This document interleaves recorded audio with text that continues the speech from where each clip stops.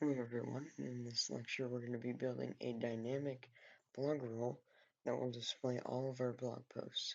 So how we're going to do that is, first of all, let's create a blog page. So inside of our pages, let's just create blog.view, and let's create a template, layout, and inside of here we can just have blog posts.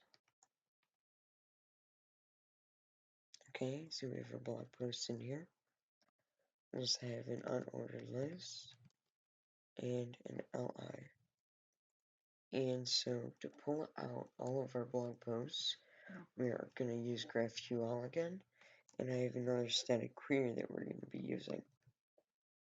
So here's the static query, and actually I meant to say page query.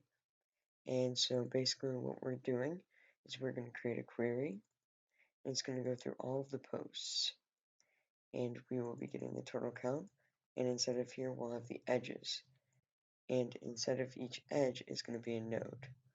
And inside of the node, this is going to be each post. We're going to be getting the ID, the title, author, thumbnail, date, content, and time to read. And we can see that we're formatting the dates still. So we're going to do v-4 equals, and we're going to do posts in page, not all posts, not edges, and we have to add in a v-bind key equals post, and we just want to log out post. So you can see we have a node. So let's just have the bind key as post.node.id, and that is equal to right there. That's our ID. So for each of our posts, we can just print out the title, and let's actually rename this to a navigation tag, and we can have each of these a G-link with the 2 equals, and it'd probably make more sense to add this after all of our iterations, and the 2 is going to be equal to page, or no, post.node.title, and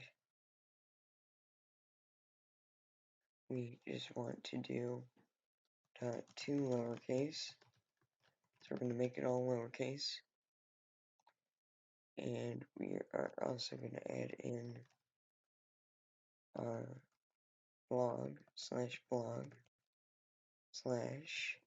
plus, and then we're going to dot split, so we're going to replace a space with nothing. So it's going to split it into an array that is separated by a space within the string, and it's going to join it with nothing. And then we also want to add in an ending slash.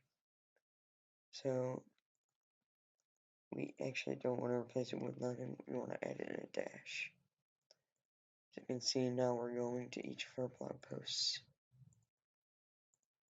and this will dynamically update. So actually I should probably go into our selling says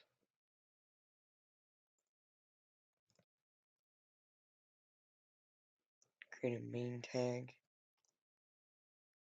indent all of this,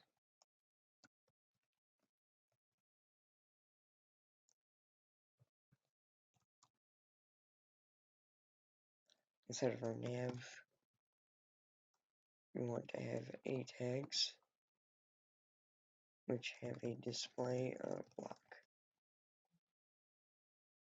So blog, and you can see here we have first markdown post, second Markdown post, we can click on these and it'll take us to those posts.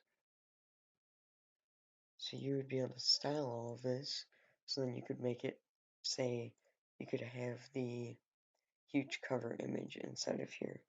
So we could add in a G image.